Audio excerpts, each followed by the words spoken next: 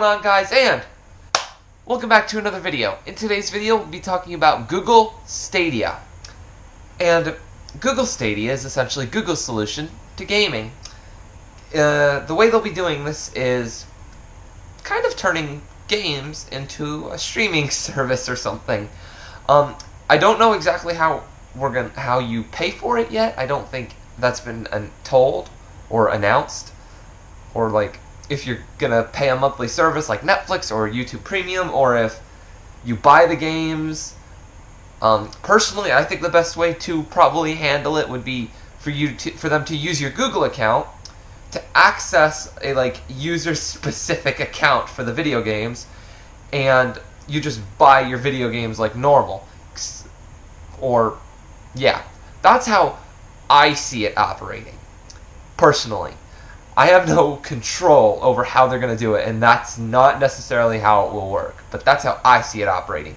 You buy your games, and they're on the cloud, and you play them through the cloud. You still need the Wi-Fi network, but you own the game, and it's accessed through your Google account. That's just how I see it. Moving on, starting with how this is actually going to work. So, I think they said you can use any controller, or any compatible controller, I guess, but to get the best experience out of this, and if I were me playing, I would be buying the Google Stadia controller just cuz. Also, I like the Stadia controller, the way it looks. Moving on. So the Stadia controller uses Wi-Fi. It connects to your Wi-Fi network, where it then communicates with the cloud-based server, I believe, which houses the actual games. And then you just play them through the Chrome internet browser, or if you have a Chromecast, you can have it on your TV. If you're like me and you have a Pixel, I think Pixel is the only supported device right now. I'm not sure. I don't really know what devices are supported. I know that the way they showed it off, it was done on a Pixel Book, a Pixel Slate, a Chromecast, and a Pixel 3 XL, or a Pixel 3. That's how they showed it, so I would imagine, as of right now, those are the only devices that are probably supported.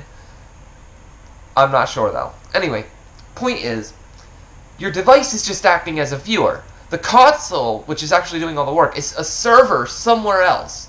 And the controller is just using Wi-Fi to access that server, which is what you're playing the game on. The phone is just a viewer. That's it. Which I think is absolutely amazing.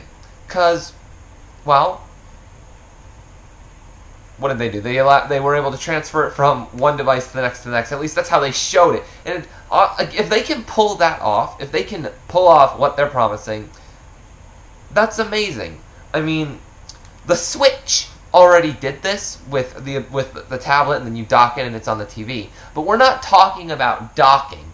We're talking about actually leaving like one device and going to another device and being able to continue the game. And it works, and this controller doesn't have to reconnect to new devices because it's not connected to the device. It's connected to the Wi-Fi network, and it's going to the server. The only thing that's going on your end is you're inputting with the controller, and you're viewing it on here. There's no anything else going on. So basically what this ends up happening is you don't need gaming dedicated hardware. You could start to game on a non-gaming oriented device like my Surface Go or my Pixel 3 XL. This is not a gaming phone. By no means is this a gaming phone. I don't use this to game. I mean, I do, but it's very light games like Pokemon Go, Alto's Odyssey, Oxenfree when I actually feel like, doing a story-based game, because that's where I am. But moving on. All in all, what do I think of Google Stadia? I think it's a great idea. I think if they can pull it off, this is most definitely where I see video games going in the future.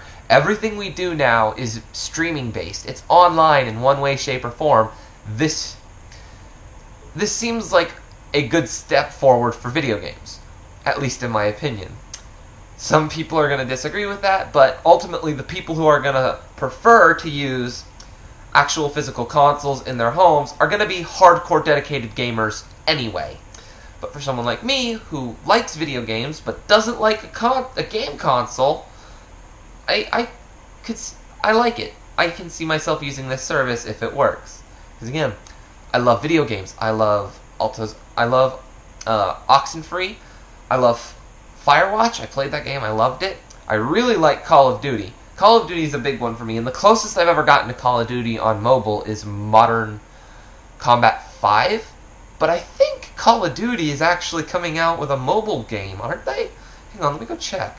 I pre-registered for it. Yeah. Yeah, Call of Duty Mobile.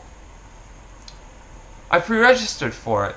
This looks like it's Call of Duty on mobile, but it's not my favorite Call of Duty game. My favorite Call of Duty game is Call of Duty Ghosts. Period. I understand that game is hated by the majority of Call of Duty fans. I don't care. I liked Call of Duty Ghosts. I enjoyed its campaign. And I am one of probably the 3 people in the world that want Call of Duty Ghosts too. Yeah. Alright.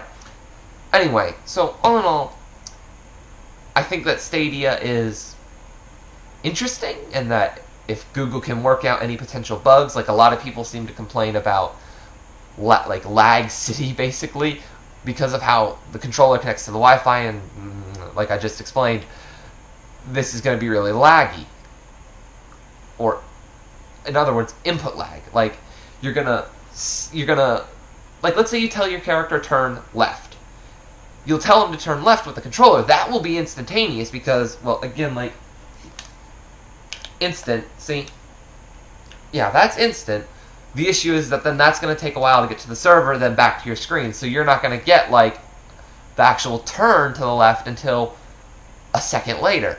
And a second might sound, like, super picky, but when you're playing a game, especially a very fast-paced one like Call of Duty, even, like, a millisecond of lag could be the difference between you getting the victory and getting mud in your face, basically.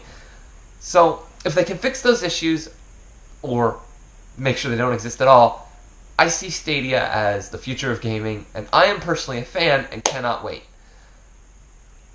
Let's just hope it's not a total flop, like Google+.